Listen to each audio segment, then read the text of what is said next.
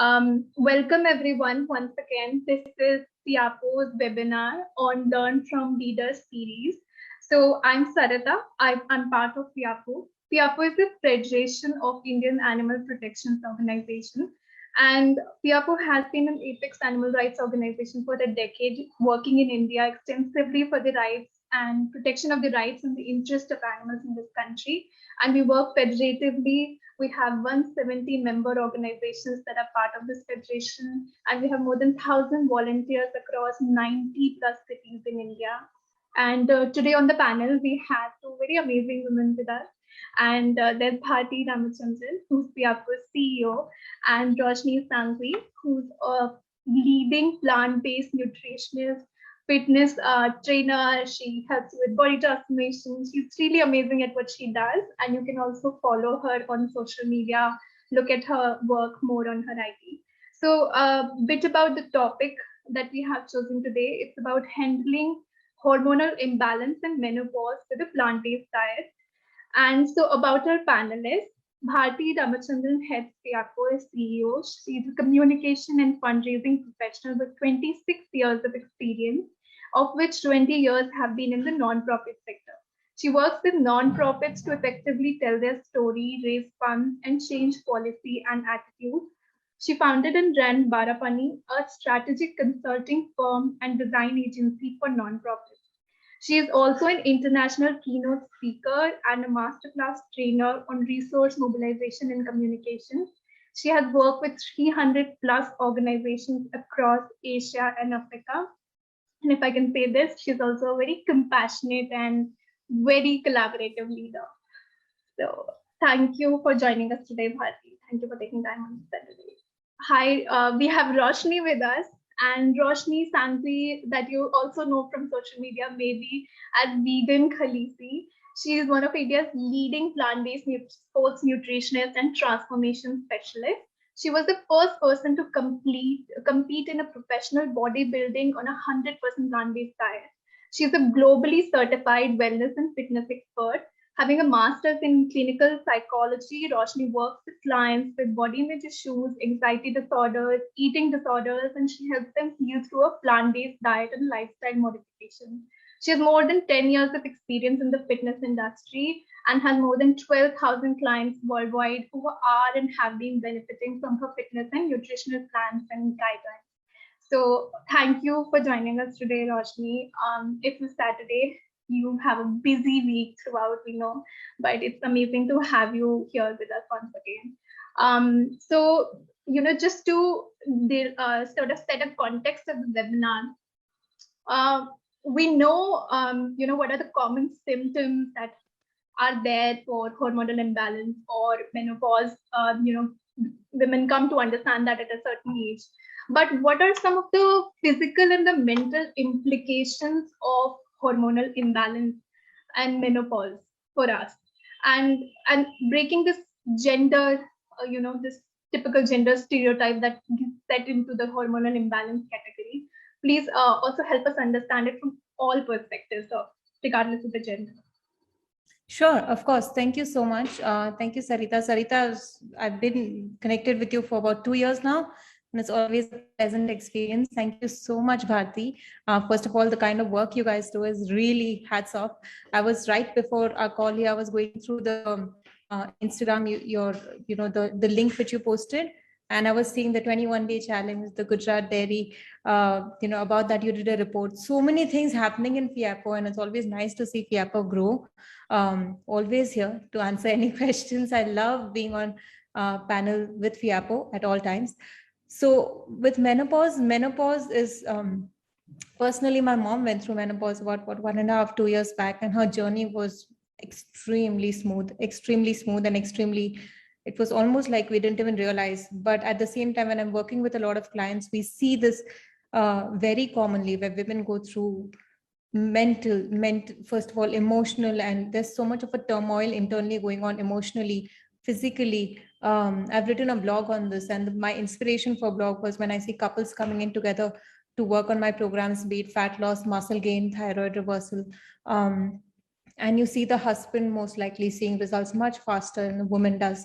though she might be working much harder than him. And when she calls and she's frustrated, my results are so much slower. Why is this happening? There's really no answer to that. That's what you're going to, because women's every period or every decade in a woman's life, the kind of hormonal fluctuation which happens is very, very different.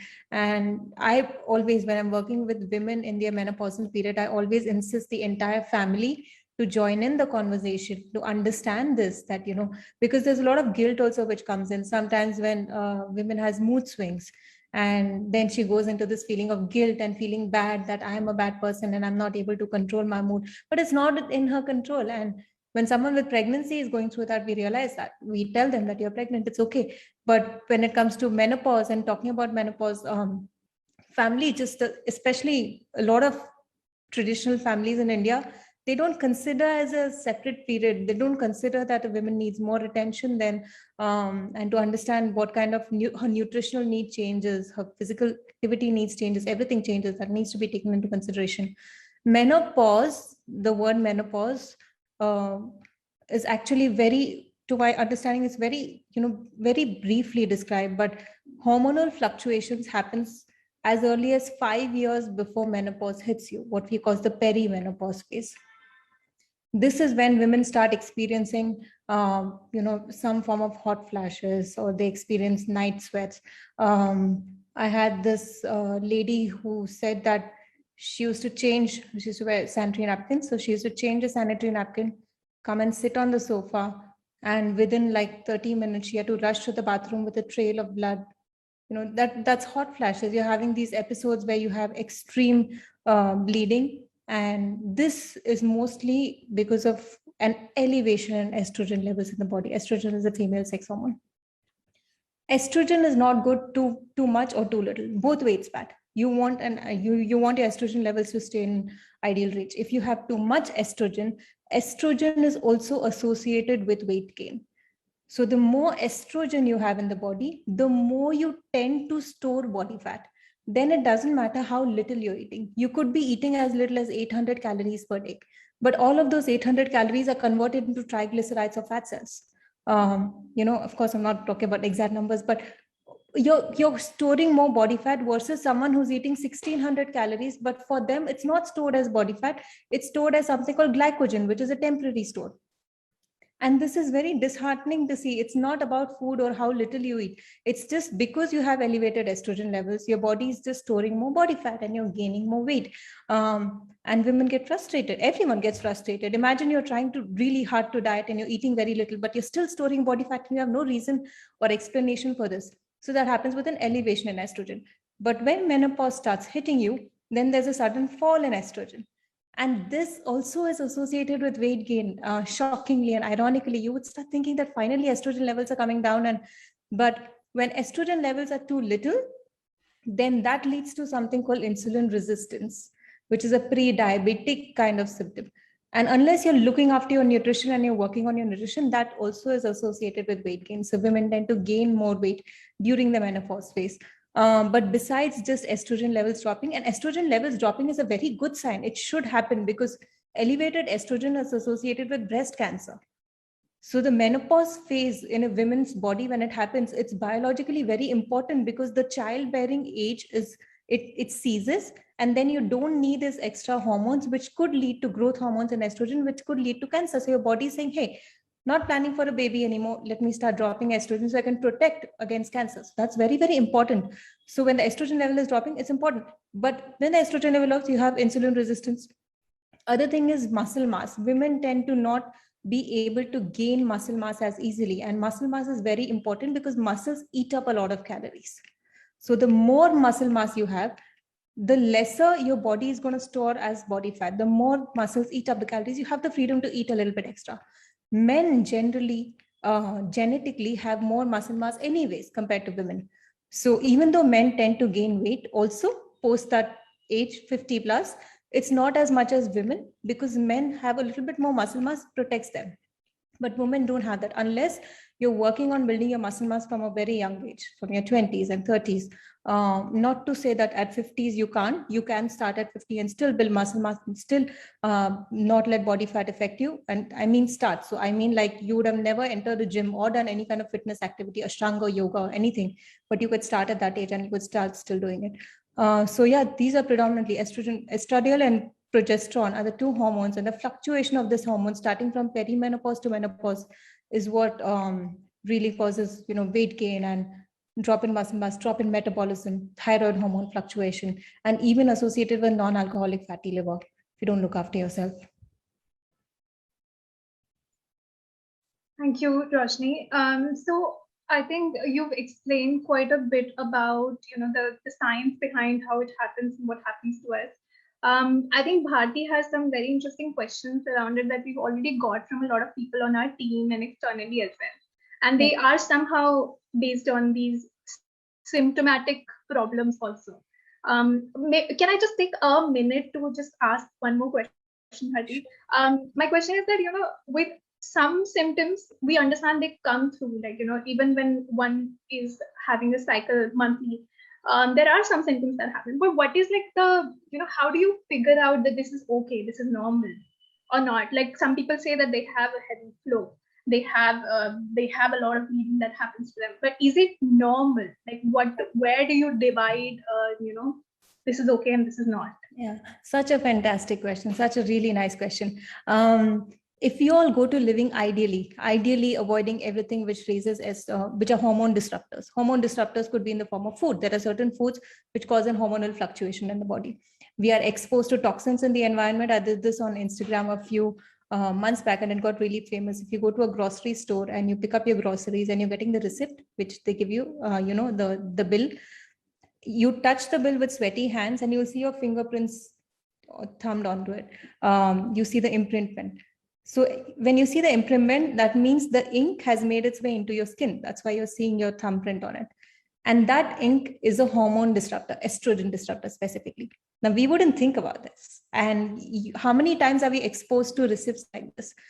People who are working as cashiers, you're constantly touching receipts. You wouldn't think, but this is one hormone disruptor. Like that, there are many things. Recently, I found out air fresheners. Air fresheners are hormone disruptors. So many of us work in air-conditioned office spaces where we are constantly exposed to air fresheners, and you wouldn't think, but that's a hormone disruptor. So you cut down all that, you eat healthy, you take care of your body. Ideally, you should have no symptoms. And this has been studied widely. So Japanese population, Japan, lowest consumption of dairy products, minimal consumption of meat, unless it was westernized. So now when you go to Japan, you're going to see McDonald's and KFC and things. But I'm talking about like 1980s, 1990s. I'm talking about a specific study which compared 1980 to 2005. In 1980s, there was no word for hot flashes or night sweats in Japanese language. There was no word for it because it did not exist. There was no condition like this where women had excessive bleeding or went through a menopause. There was no menopause. Women just stopped having periods. That's it. So ideally, that is possible. And like I just told you a few years back when my mom went through the menopause, it was easy. It just went through. And I remember as like being a nutritionist, since she was 48, 49, she got a menopause in 55, 56. I used to, get her these pre-menopausal multivitamin supplements, which you get. These are pre-menopausal. And she was like, I don't think I'm going to get my menopause. I'm like, just keep it, just keep having it. Not that you shouldn't have it, by the way. That was a bad decision on my end. Multivitamins have their own place and not everyone should have them. But she had no symptoms. And we had looked after her nutrition, her fitness, her lifestyle, making sure she's not exposed to environmental toxins. So you can reach a stage where you have no symptoms. So there's nothing called this is normal, this not. If you're having a symptom, it can be managed. Can it be managed if you've lived a really bad lifestyle all your life and then at 55 you want to decide now I want to manage my hot flashes? To an extent, yes, that also can be managed, which is what we do through our nutrition programs. Great, thank you. I don't have further questions, and that kind of clears the whole doubt about, you think symptoms are, some things happen and some things are normal. So I think for me, it's a break of a bubble today. Bharti, over to you. You have a lot of questions today. So. Thank you, Sarita. Thank you so much, Roshni. It's so fantastic to have you here. So I, of course, my personal questions are all around menopause, but we have a fantastic team that's put together some questions, and a lot of people who menstruate, suffer from PMS, they suffer from heavy bleeding, sugar cravings, cramps, and so does a plant-based diet make a difference to these symptoms in any way? And if so, then what are the plant-based foods that one should be eating to make a difference? So in general, healthy nutritional changes will make a difference. A plant-based diet or a whole food plant-based diet would be an ideal. So if you can, and it's not very hard. I mean, if any one of you follow me on Instagram, then I've been plant-based for a really long time now. The kind of food I eat is the kind of food you eat. It's the same thing. It's not very different. So nutritional lifestyle changes are important. Every symptom you mention requires a different approach. Example, let's say, because craving was one of the things you mentioned. Craving is a sign of nutritional deficiency. Ideally, if you're getting enough micronutrients, your body doesn't crave. There's no word called craving. Craving means, example, especially during periods, when I have my starts falling, not me, everyone, magnesium level starts falling. And your body thinks, I need magnesium. And the first thing it looks at for magnesium is cacao beans found in chocolate. So you're craving for chocolates. But that craving is a sign that you're not getting enough magnesium. If you start increasing your magnesium stores 3 to 4 days leading up to your cycles and through your cycles, and this can be an experiment which people can do with themselves. You'll notice that you don't have any chocolate cravings which you otherwise have during periods. But that's for chocolates. It could be for sugar. Sugar cravings is mostly a sign of inflammatory bacteria in your gut. All of us are representation of our gut. Every single one of us.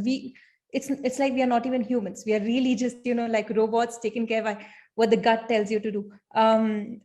If you've been eating a certain kind of food, let's say rice, I've grown up in South India, so I've been eating rice a lot, though I'm originally from North India. When we moved here, the people who raised me mostly were my landlords, because my parents were taking care of my little sister, so they just gave me away. And sambar rice and rasam rice, and that was the kind of food I was growing up eating in their place. And because I was eating a lot of that, for me, I have cravings for rice, because my internal gut bacteria there are a lot of rice loving bacteria in my gut, and every time I eat rice, the population of the rice loving bacteria continue growing. This is a phenomenon in science called plant diversity. So the more I give birth and growth to the rice loving bacteria, they keep sending signals to my mind saying prefer rice, prefer rice. So for me, I would have like a proper meal, like a pizza, burger and fries and everything, but I want a little bit of rice in the end.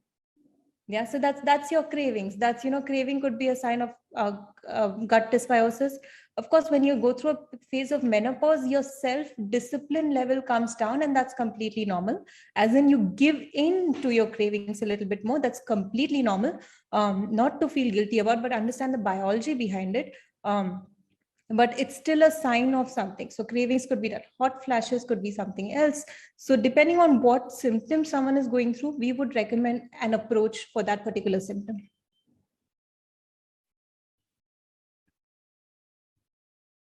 Thank you, Roshni. I think your point about craving being, we usually associate craving with some kind of a failing or some kind of shame that's associated with craving. Absolutely. But I think the way you clearly said that craving is actually your body telling you something. That it's telling you something. The thing with the plant-based diet is, with plant-based diet, you have the least amount of cravings because plants are the highest in micronutrient content. So vitamins and minerals, your vitamin A, D, E, K, B12, D3, zinc, iron, magnesium, calcium, all of that is most concentrated in plants. Animals don't make nutrients. So if you open up a cow, there's no calcium formation happening in the cow's stomach. Calcium is an element found in the soil. So when the cow is feeding on grass, the soil calcium is making its way into the stomach, which in very minute quantity is making its way into the meat and dairy. So that's how you're not getting it. If you're eating there's a middleman. So now you're cutting down the middleman. You're directly eating soil-rich food or food rich in calcium from soil. Calcium absorption is much higher in the body. And to give you scientific numbers, only 30% of calcium is absorbed from dairy into your system versus 50 to 60% when you take it from plants. Wow. So in general, cravings are very minimal when you're on a plant-based diet, and this is non-restrictive. So, and which you should. Even someone on a fat loss program, we would never do calorie counting or calorie restriction. You would lose weight only with lifestyle changes, and it's very much possible. But as long as you're eating enough food, you're not going to have any cravings when you're on a plant-based diet. Wow. Thanks.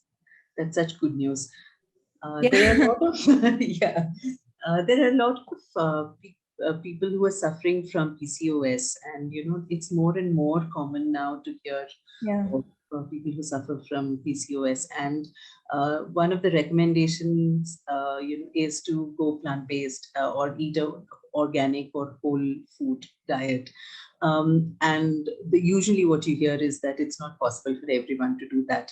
But what are if you could say, what are your big no-nos for for PCOS? PCOS management. Yes. PCOS different from menopause, different approach from menopause also, but yes, widely, like 1 in 3 women I see is struggling with PCOS or PCOS-like symptoms.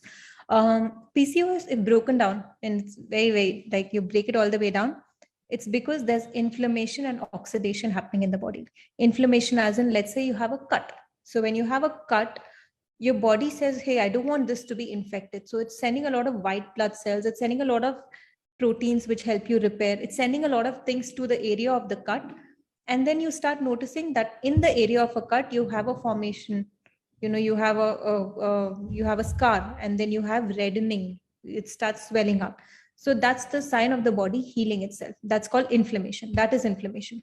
Now, sometimes internally, inside a body, there's no cuts. But body confuses many things and leads to inflammation. So you could have inflammation. The most common sign of inflammation is you have pain. Pain is one sign. Lethargy, low energy levels, fever, feverish, all of those are signs of inflammation. Arthritis, someone's asked a question about that. Arthritis is a sign of inflammation. Inflammation is happening to those body parts. So you have arthritis. PCOS symptom is inflammation. You have inflammation in the body. If you're able to cut on inflammation, you don't have PCOS symptoms. Other representation of PCOS is because of something called oxidation in the body. So oxidation or free radical formation are dangerous substances in the body, which we should be able to flush out. But for some reason, our body is not flushing it out. Inflammation and oxidation, you're able to control those two, then PCOS symptoms can be managed. Automatically, estrogen levels come back to normal, sex hormones come back to normal, if you're able to manage these two. So the most obvious thing would be stay away from food which causes inflammation. There are many foods which cause inflammation. The particular compound in food which causes inflammation is something called AGEs, or advanced glycation end products. You don't need to remember this, but you need to remember there are certain foods which are high in AGEs. So if you're able to go on a low AGE diet, you're not going to have inflammation. It's taken care of. Yeah. Two of the biggest sources of AGEs, number one is animal protein, which has been exposed to heat. Heat increases the AGEs in substance. And the biggest, one of the proteins, which is in one of the animal products which has been exposed maximum to heat is ghee. Ghee has been made by 20, 25, 30 minutes of non-stop churning. You make the milk into cream, cream into butter, butter into ghee. I think I've got the process right, but that's something like that. But it takes a lot of heat to produce ghee. If you made ghee at home, then we know this, from cream to ghee, we expose it to extreme high temperatures, right? And it has the most concentrated AGEs in any other food on the planet compared to anything else is ghee or clarified butter. So that's one thing you definitely want to stay away from. The second thing is inflammation. The second thing which has high amount of AGEs is smoking or exposure to smoking. So if you're directly smoking or you're passive smoking, or big culprit, hookahs and shishas.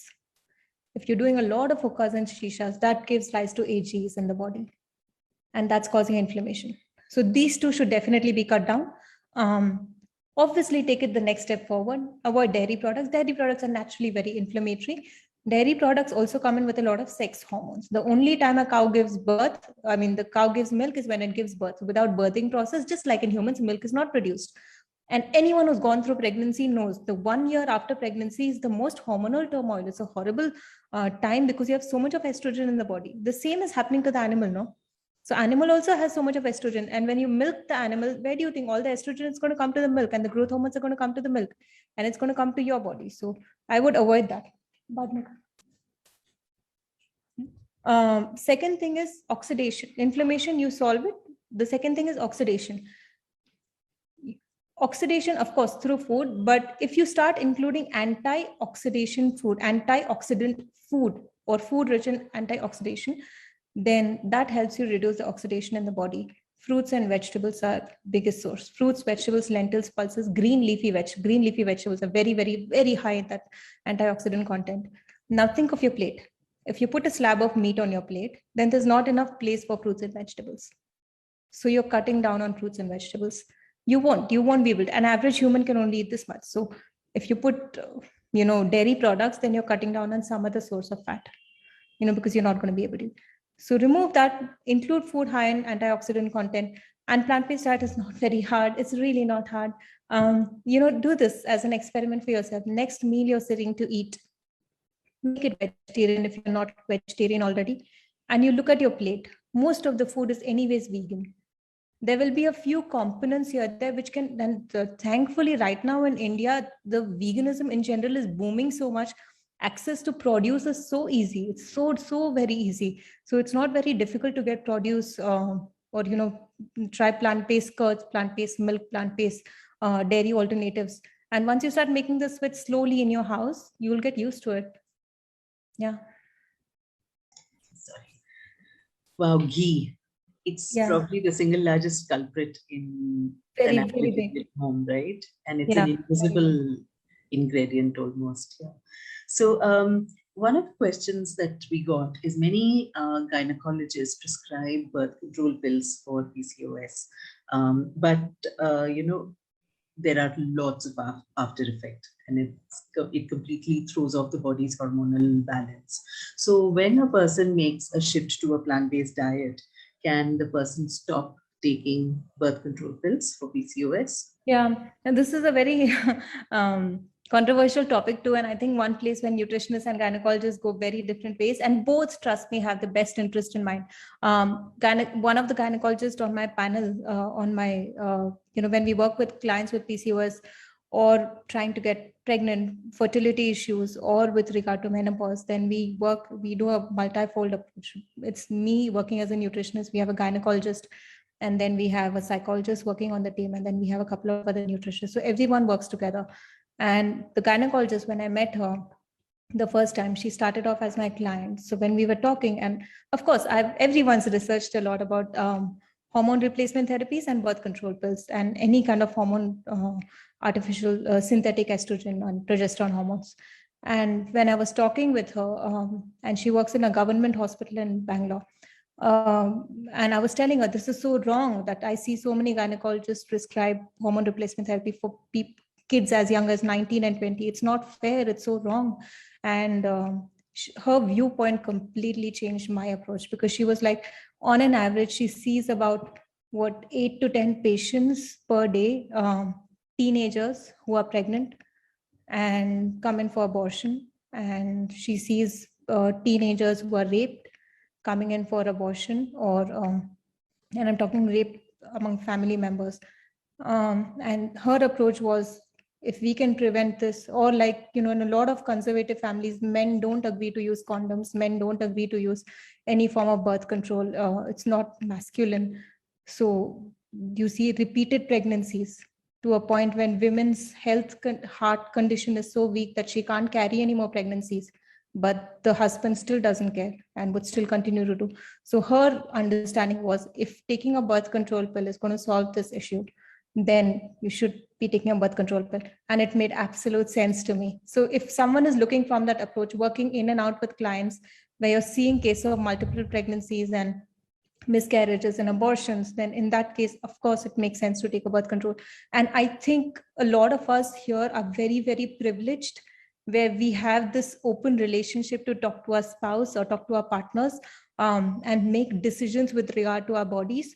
But even in educated societies, many people are not that privileged.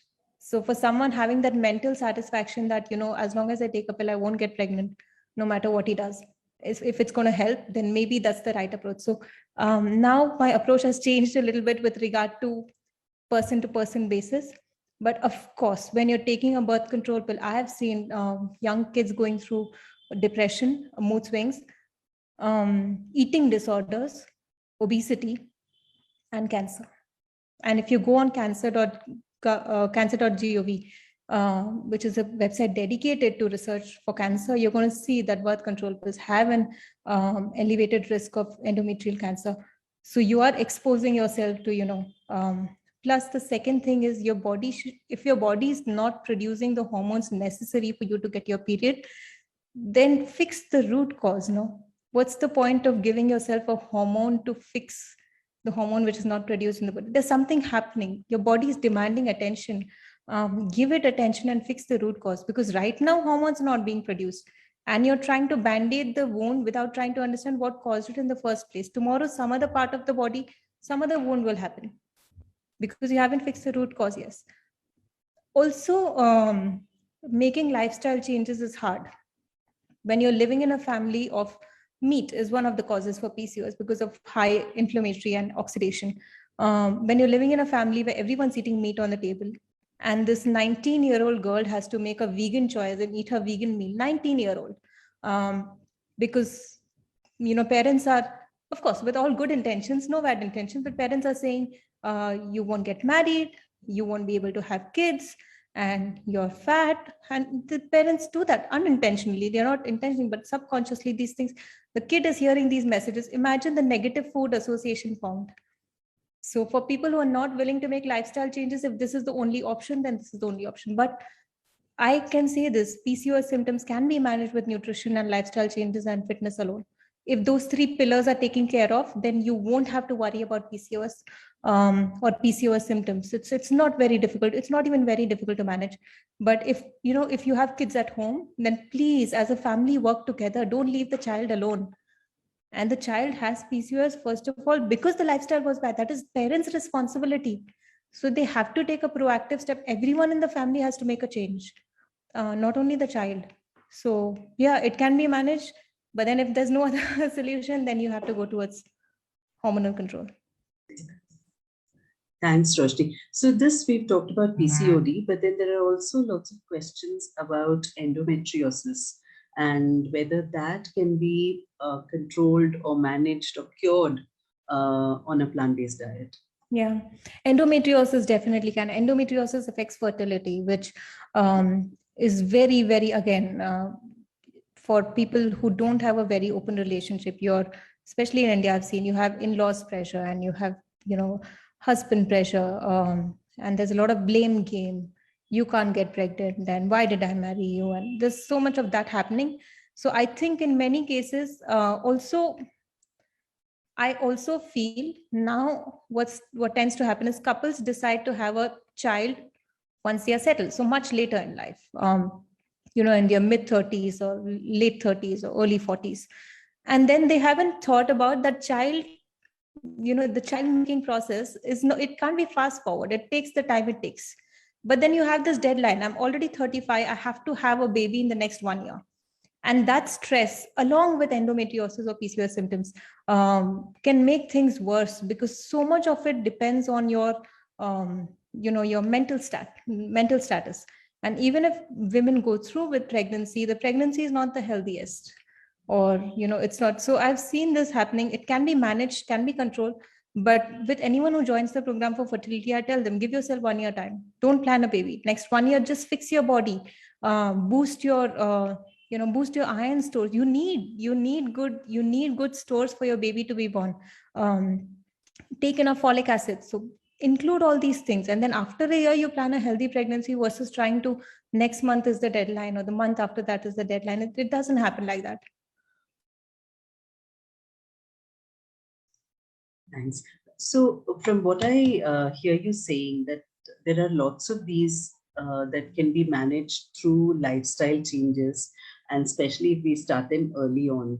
So, are there any diet changes that women can adopt right from their early adulthood, so that the journey through the fertile years, as they are called, right up to menopause is smooth? Yeah. If we are talking about food groups of foods, then the top 3 food groups would be, one would be soy and soy products. Soy products have been associated with 68% reduction in menopausal symptoms. And that's huge. That's like more than 50%, 68%. And I think the study was done where women consumed, I want to say 3 servings of soy per day, 3 servings per day. Soy products have isoflavones, and isoflavones protect you against any kind of fertility issues or diseases. This could include breast cancer. Breast cancers also, there have been multiple studies showing that soy consumption has been linked to limited case of breast cancer in postmenopausal and premenopausal women. Less symptoms, and also PMS. Your PMS symptoms are controlled with consumption of soy products. So soy would be the top on my list. Only one single drawback of soy is soy in a lot of cases could be genetically modified. So you want to make sure you're getting a good brand, and not at all hard to find, not expensive either. Just go on Amazon or go to any store really and look for soybeans, which will have a non-GMO label. Very easy to find. Most soy in human consumption in general, I'm just saying it because I want people to be aware of it, but I don't think I've come across any brand which says genetically modified soy. So most of the soy which is genetically modified is used as animal fodder. Yeah, so humans don't have to worry too much about it, but that's the only drawback. So just make sure you're getting a good soy source: tempeh, tofu, soy milk, miso, anything, any form of soy. Soy curds, I love soy curds, and highly insist everyone to include. It tastes pretty similar to just regular curds. Not much of a difference. Very easy to make at home. Exact same process as you would do with regular curds, so it's very easy. And it's become a lifestyle change in my house. So every time there's curds, it's only soy curds. We don't have regular curds anymore, even though my parents are not vegan. But there's small things where we've just done it as a change, because now whenever we are anyways making dairy curds at home, we switch to soy curds. So this is one thing I would highly insist all women to include. Second would be cruciferous vegetables. Cruciferous vegetables come in this family of vegetables, which is broccoli, cauliflower, kale, cabbage, bok choy, which have proven to be highest in terms of anti-cancer property, prevents cancer, prevents inflammation in the body. I would insist consumption of 100 to 150 grams, about bowl is bigger than a cup. So one big bowl of cruciferous vegetables in different forms. You could do sabzis, you could do soups. Soups are my favorite. So if nothing, just broccoli and tomato or something, just boil it and blend it into a soup, add some spices, and that's it. It's not your meal, so you're just having as an appetizer before your meal. Cabbage is so easy. Just chop cabbage and keep it in the fridge for the entire week. Every time you're having anything, you're having your regular food, handful of cabbage, which whatever you like. If it's chaat masala which excites you initially, then do chaat masala and lemon. Make it flavorful and have a side of cabbage. It's not very difficult. You chop it for the entire week. So cheap, very, very cheap way of getting your nutrients in. The third would be green leafy vegetables. And green leafy vegetables, again, if I ask people what greens do you consume, mostly it's spinach. Everyone only says spinach. No one knows any other greens. But depends on wherever you live, whichever part of the world you live. There are so many local greens. Example, in Bangalore, you have Brahmi, which is available all through the year. You have gongura leaves, which is available again all through the years. You have sabake or dill leaves, which is commonly available. There's so many green leafy vegetables, which are drumstick leaves is huge. So you have so many things. So explore greens out of spinach. Spinach is not the healthiest also in terms of consumption. It has very high levels of oxalate or oxalic acid, which interferes with calcium absorption. But besides, and if you don't want kale, don't eat kale. It's okay. Because every time I talk about greens, I was like, this is not available in India and this is very, Western culture. It's not. Kale is first of all available locally. We don't get kale from US or anything. It's locally grown. It was always locally grown. It was marketed in the West is a different thing, but it still has a lot of nutrients and very important for your health. But if you don't like it, it's okay. Explore local greens. If you're in the north, you have things like choli, you have mustard greens, which is sarso. You have so many greens like that. So depending on where you're staying, find green leafy vegetables. It'll be a little bit of going out and looking for it. In Bangalore, of course, we are blessed. Everything is at our fingertips. When I travel, I don't believe people don't have done so. Like, how do you? So you're blessed in Bangalore, but of course, just I have clients from very small towns. We've never had problems with greens. You want to consume your body weight worth of greens, and when you don't know how this looks like, so let's say I'm 55 kgs, so I want to consume at least 55 grams of greens per day. Body weight worth of greens in grams. Yeah. So if I don't know what 55 grams, what do you mean 55 grams? If you go to a supermarket, they have greens mostly packed. They'll be packed and they have the label. It'll say 100 grams. So look at the label and eyeball it. So this is what 100 gram looks like. So half of this I need to consume per day. Yeah. A mixture of greens and equal measurement of cooked and raw. So if it's 55 grams, I would do 25 grams of salads and smoothies, and I would do 25 grams of sabzis and soups. So cooked and raw equal weight. Yeah. You get flavor that way, and it's not difficult to add. When you're making roti ka atta or paratha ka atta, chop up some coriander and put it in, chop up some methi and put it in, you'll get greens that way. But get creative, and greens are very, very, if there's one food packed in nutrition content with the least amount of calories, greens have more proteins than eggs. And this is very surprising, less calories, but packed with nutrients, packed with micro and macronutrients, and very protective for you. Also opens up your capillaries, blood vessels and capillaries. So you're preventing yourself not only from PMS symptoms, but also from heart diseases. This is so exciting, Roshni, especially the part where you said that greens have more protein than eggs, because normally that's the question, every person who's making the switch to plant-based diet is asked, are you getting enough protein? Be careful about your protein. That's what we're told all the time. So there's one, because you mentioned soy products right at the start of this question. So is there a direct connection between consumption of soy and a reduction in hot flushes? Yes, like I said, 68%. Soy products, there's a direct relationship. This is why when Japanese population was studied, they don't use dairy in general. They don't use dairy. So if you go to a Japanese restaurant, you don't have paneer, you don't have curd, they use tofu instead, which is just their food. So there's a direct connection. Yes, soy products and hot flushes, breast cancers, and postmenopausal symptoms in general. Yeah, there are a few. Let me just go through that. There are a few questions here. Maybe we can take them as well.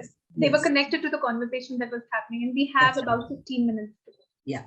So the first one was weight gain post-menopause, gain 5 to 6 kgs. How should I lose the weight? That's mainly around the belly, hips, and thighs. Also started osteoporosis, osteoarthritis. Also was diagnosed, I'm assuming, with osteoarthritis 2 years back. Already on a vegan diet. Very good that you're already on a vegan diet. So it's not as bad. Post-menopausal weight gain is related, like I said, with reduced muscle mass. So you want to do something where you're challenging your muscle fibers. Cardio doesn't challenge muscle fibers. I'll give you an example to understand. Let's say you're running. Now, when you're running, you're utilizing you're doing the same movement again and again, right? You're moving the legs in the same direction. Cycling is easier to understand. You do the same thing again, repetitive motion of the same joint again and again. Versus, let's say I do a squat. Now, when I'm doing a squat, I'm sitting down and I'm getting up. In the next set, I add a little bit more weights. In the third set, and then I do 3 sets of squat. Then I go to do lunges, which is challenging the muscles in a different way. Then I go to do leg press or some other legs workout. Anything which is breaking down the muscle fibers can't be cardio. So not a repetitive activity, no walking, jogging, running, not that kind of activity, but where you're breaking down the muscle fibers. Does it have to be going to the gym only? No, it doesn't have to be. You can do things like Ashtanga yoga. Ashtanga yoga is brilliant. In terms of breaking down your muscle fibers. Go to one session, next day you'll be broken much more than in a gym. So just find a good instructor, or animal flow, calisthenics, plyometrics, strength and conditioning at home. So many exercises, so many options are there. Choose an activity where you break down your muscle fibers. This is important. Only when the muscle fiber is broken down, the body thinks, hey, with this much little muscle, every time I'm challenged, I have to break down. Let me build stronger. So the body keeps building it stronger. That's called the process of muscle building. Yeah. So once you do that, you'll start noticing your weight stagnates. It won't lose, it won't gain. Nothing will happen because you have a little bit more muscle. So you're eating those extra calories. It's not going to be disrupted. Second thing you mentioned, the weight gain is around the belly, hips, and thighs. Belly, hips, and thighs is associated with an elevation in cortisol or stress hormone. So I don't mean to say that you're physically stressed. You could not. So maybe, sorry, mentally stressed. You could not. So start exploring some form of non-doing activity / spiritual activity. I don't necessarily mean religious activity, but if for you religious activity is a way to get into spirituality, eventually what needs to happen in a state of meditation, you need to be for a few minutes every day, meaning you need to reach a state where you have zero thoughts running in your head, whatever you do to do that. Example, right now while I'm talking to you, my question's also gone on alcohol. Someone's written about alcohol. So I really want to talk about that. So I'm thinking that in the background while I'm answering your question. I know Bharti and Sarita have multiple questions and they are getting impatient and I'm thinking about them. In my mind, I'm also thinking I should have shared the link on my Facebook profile because we would have got more viewers, but I forgot to do that. So multiple things are going in my mind. That is thousands of thoughts. Yeah. For me to reduce the thought traffic from 1,000 to 10, 10 to 1, 1 to none, the state of 1 to none is called meditation, which is scientifically associated with drop in cortisol levels when I have zero thoughts in the head. How do I reach that zero thought state? For some people, it is spiritual activity like chanting. When you chant, anything you chant, I'm using Om as an example, but it could be going to a church in a choir. It could be your daily prayer if you're a Muslim, whatever it is. Anytime you're chanting, you can't chant anything. Try it next time. After we finish this workshop, go in a room and say Om, Om. When you're saying Om, thoughts won't run in your head. Your body can't do both at the same time. So you go into a thoughtless state. That becomes your meditation. Sit down and close your eyes. If it's happening for you to reduce your thoughts that way, that becomes meditation. Sometimes for many people, cooking. For me, cooking. When I'm cooking, I get so engrossed in cooking, that becomes meditation. I don't have thoughts. That activity is happening and it's also automatically happening because I know what to do, but it becomes my state of meditation. So for you, if cortisol is a problem associated with mental health, then do some meditative practices. If cortisol is the problem and you think you're already doing meditation, and this is probably not related with mental health, maybe look at other factors in your life. Meal timing, circadian cycle. If you're sleeping late, waking up late, cortisol is going to be elevated. If your meals are not on time, cortisol could be elevated. Sometimes subconsciously you're worrying about kids and family and home.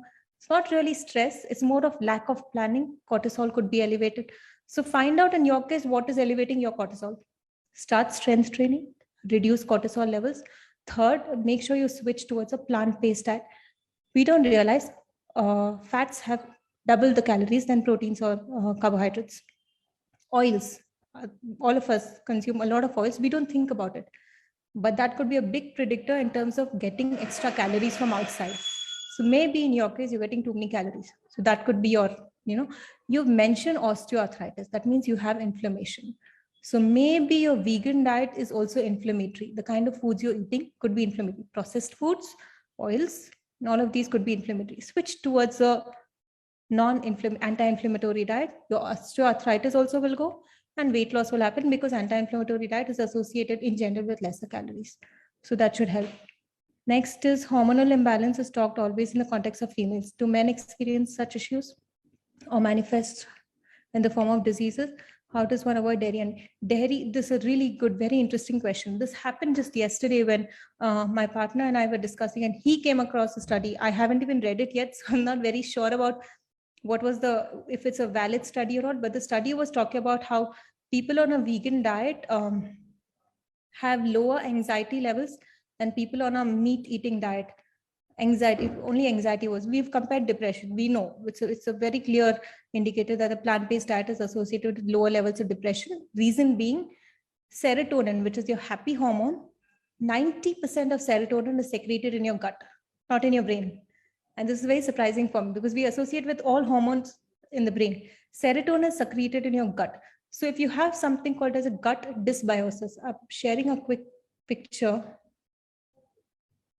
to help you understand.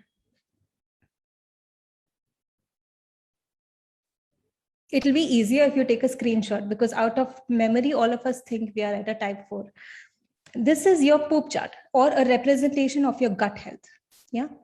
Ideally, you want to be 2 bowel movements, go to the bathroom 2 times, and each time should be a type 4. Per day, 2 movements, each one should be a type 4. Ideally, you want to be there.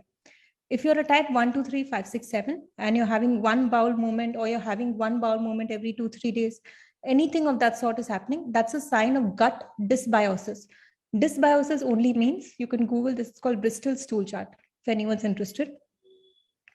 Gut dysbiosis only means the population of the good to bad bacteria in the body is uneven. It's not bad is more, good is less. That is related to lower serotonin levels. That is related to depression. So we know, and plant-based food is associated with growth in the good bacteria. That is related to lower levels of depression. That's why avoiding dairy and meat will help you, because hormonal imbalance, I mean, gut dysbiosis is not happening. So depression, of course, I'm not simplifying depression to an extent that I'm not saying that it's a, you don't need medication, you don't need, you do. I'm saying that this is one of the factors causing depression. Anxiety was the study my partner told about. I haven't gone through it, but I don't think it's in anxiety and plant-based diet.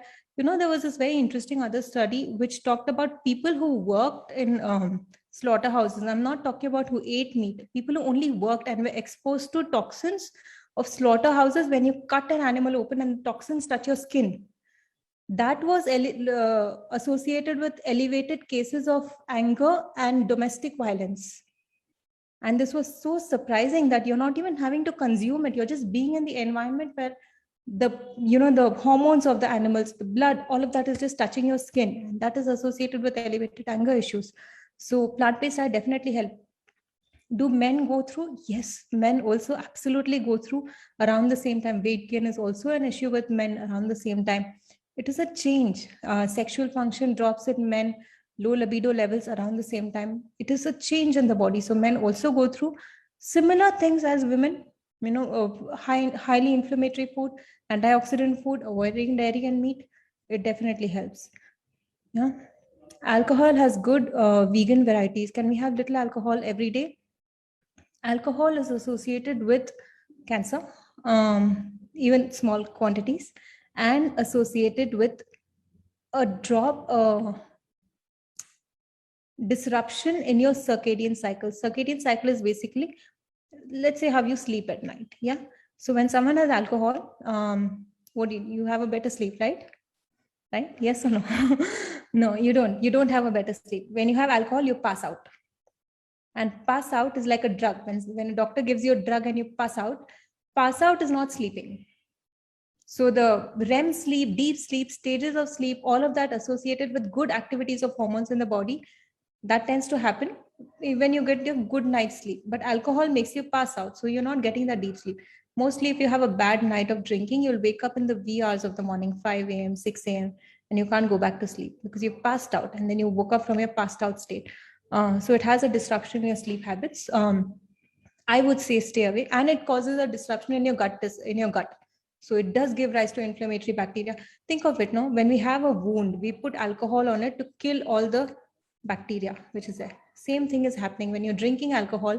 Bad bacteria is wiped out, but good bacteria is also wiped out with it. So it's so strong, it's so potent. That being said, if that one glass of wine per week is helping you stay on track for the rest of the week, then there have been studies where certain alcohol like wine has been associated with lower levels of heart diseases. Yeah. So it's not a free pass to drink wine, but I'm saying make an informed decision. Yeah. I think there's one more question around ghee. Somebody had asked if we can consume ghee. Can you guide about ghee should eat or not? Is it okay if I share a link here? I've done an entire video. Give me a second. The answer in short is don't have ghee, but you won't listen to me if I tell you that. So I'll give you a lot of science behind it and tell you the same thing, elaborated. Watch this video for everyone. Very interesting video on ghee. And when I was researching for this video, this really happened. Because when research papers are published, we want to know, if it's really a research paper, if it's right knowledge or not. So when I was researching for the ghee video, I tried to find out research papers which says ghee is good for you. I mentioned this in the video also. And the only papers I could come across are from National Dairy Institute of Haryana. So it's a Dairy Institute, which is writing a research paper saying ghee is good for you to increase the sales of ghee, which is profiting them. So no, highly tell you not to have it. But again, and I've seen people with hyperacidity all their lives, migraines and hyperacidity all their lives, just drop ghee from the diet and that's it. No other treat. I didn't share it to attendees. I'm sorry. And you'll see a difference. Acidity levels come down. Migraines from years solved within a week. Yeah. Do you agree, Bharti? Yeah. 1 week. Absolutely. Yeah. Yeah. I mean, tablets every day, You did? painkillers and plant-based diet completely stop the migraines. Yeah. Yeah, absolutely. I 100% second that. I have so many clients with stories like this. Imagine taking a Crocin or like, a painkiller every single day of your life, every single day. Because, and many people, for a lot of people I meet, the conversation is, yeah, but I'm okay with it. I'm okay with taking a tablet. That's the conversation. But there's so much, disruption a tablet does to your gut lining, which we don't think about, leading to leaky gut syndrome or SIBO or much complicated problems. But people don't. We learn to live with it. And I keep telling people constantly, you have a problem, fix it. Don't learn to live with it. You have hot flushes, you have PMS symptoms, can be fixed. Don't learn to live with it. Don't live with it. Thank you, Roshni. I think we're about 2 minutes away from 1 p.m. They didn't realize how this, the time went by because it was so informative and so important. There is one question I think Sonal has asked, and it says, what is a good test to analyze the level of hormonal imbalance? And I think it's related to the pills that are prescribed generally. On hormonal pills. I think, Sonal, this question would be best because different phases of your cycle, you would get different tests done. And there's not only one, there's multiple tests also, depending on what. If you want fertility, if fertility is your goal, then the test would be different. If your goal is just getting off the pill, then test would be different. So I think, Sonal, contact me separately through my webpage, which is my name, roshnisangvi.com. And we'll see if we can connect with the gynecologist on my team. And depending on your condition, it will be very difficult for me to say which test would be done and what is most ideal for you. Yeah. Yeah, I think towards the end of the time, people become very, they have all the questions and they're coming. Yeah. There's one more that asks about the fruits and vegetables, which can lessen and treat body aches due to general tiredness or season change. I'm reading the question right? Fruits and vegetables will lessen and treat body aches caused due to general tiredness, seasonal change, and general reasons. You have two different issues going on. You have general tiredness and then you have body aches. Two separate things, may be related, maybe not. General tiredness could be because of vitamin B12 deficiency or D3 deficiency. The top of my mind, I'm thinking that there could also be something called leaky gut, where your body is not absorbing the nutrients of the food which you're eating. And maybe that could be tiredness means your body is telling, I don't want to go to work. I want to rest. That means I don't want to burn calories. And why? Because something is going on internally. Body aches is inflammation. Till where I'm just based on this question, one of the biggest things I can think about is inflammation, unless it's joint pains. If it's joint pains, it could be arthritis type. Again, nothing to worry about. Everything can be cured. Everything can be managed with nutrition. But if you have body aches because of inflammation, a simple trick would be just waking up early in the morning and starting your day with half spoon good quality turmeric and half teaspoon. So the small spoon, half of that, half teaspoon good quality turmeric, preferably fresh turmeric roots, or if you can get good powder, and half teaspoon black pepper. Mix it with water. Any temperature water is fine. Hot, cold, doesn't matter. Make sure these two herbs go into your stomach. And that reduces inflammation drastically. Within a week, you'll start feeling better. But your tiredness is related, maybe get a B12 check done. B12, D3 checked. Thank you, Roshni. I think we've moved to 101, which is which is a general thing when you do a webinar. Somehow time flies and we can't we don't want to stop because there's so much to learn and there's so much to explore and find solutions to. In this entire webinar, what has been set as a context is that plant-based diet is so important. And I think this question becomes imperative then to answer. What is a healthy way to transition, or what is the best way, to transition from a non-vegan or a non-plant-based diet or non-vegetarian, any kind of diet to plant-based diet? This process is so very important, and not many people talk about it. It's great if you can make the plunge. It's really great. But I've seen so many people make the plunge, that is overnight they transition and then only to go back, because you're not prepared, one, what to eat, what not to eat. You don't have any knowledge. But also some people who are eating a meat heavy diet, there are a lot of things in meat. There are a lot of proteins in meat, which your body naturally produces given a chance. So let's say I've never eaten meat in my life, my body can produce these hormones and these proteins, and my body has no problem. But because I'm eating meat constantly, the body thinks, hey, I'm anyways getting this from outside. So why do I waste energy producing these hormones? So the body doesn't produce. Now, when you're making the transition overnight, you have to reteach your body to produce these hormones. It'll do. You don't have to do any extra steps. In the next 1 month, it will take care of itself, and it'll body is amazing in terms of adaptation. But that 1 month might go horrible. You might experience low energy levels, you might experience weight loss, you might experience tiredness, lack of sleep, all of that. And if you want to make this transition smooth, then work with an expert who knows what's happening and can tell you specific alternative foods to have to help you move towards a plant-based diet. It's not that everyone, if you're already a vegetarian and you want to make the plunge, then make the plunge. Nothing's going to happen. Everything healthy will happen. Nothing not good will happen. Don't worry about calciums. We didn't cover calcium now, but calcium, I had a really nice, we should do a 1-hour talk only on calcium. I love that. Yeah, don't worry. Trust me. People say, if I drop milk, what should I replace it with? Nothing. You drop milk, that's it. That's it. You don't have to replace it with anything for your calcium, for your protein requirement. Trust me that your food in general, as long as you have 3 meals a day, will cover most of your things. But also work with people like FIAPO. FIAPO has a 21-day challenge coming up. I saw it in the link, but link tree, but I wasn't sure.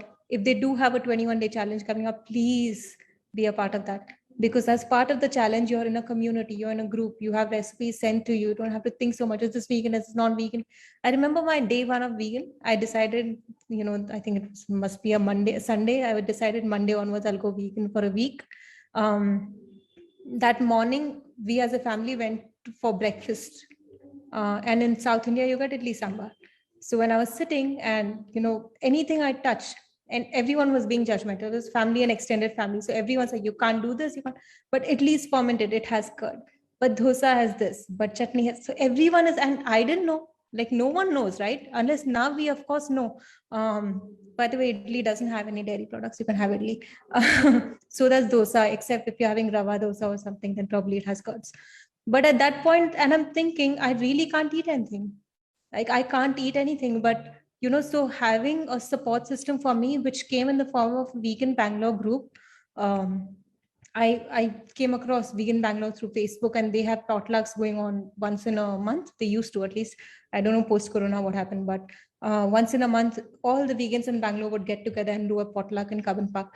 And that really helped me, because then I'm connecting with these people who can tell me, hey, have you tried this restaurant? Oh, by the way, you can have falafel. Oh, by the way, you can have Mexican, you can have Indian. Just do this. When you're having Indian, you can have Asian. And so many options open up. And really, it's not that hard when you think about it now. But at that point, it was very hard for me. So find a group like that, which can help you make the transition, or preferably, if you have the finances for it, work with an expert. They'll be able to guide you in a more, direct way. Otherwise, there's no harm. So if you're thinking, if I go vegan, will I develop a deficiency? You won't. You probably have a deficiency already because of your current diet. You won't. You will not develop a deficiency. Nothing will happen. Great. Thank you so much. That answers the very important query. That's wonderful. Thank you so much for that. And thank you, both of you, for taking the time out on a Saturday, and to everybody who joined on Facebook here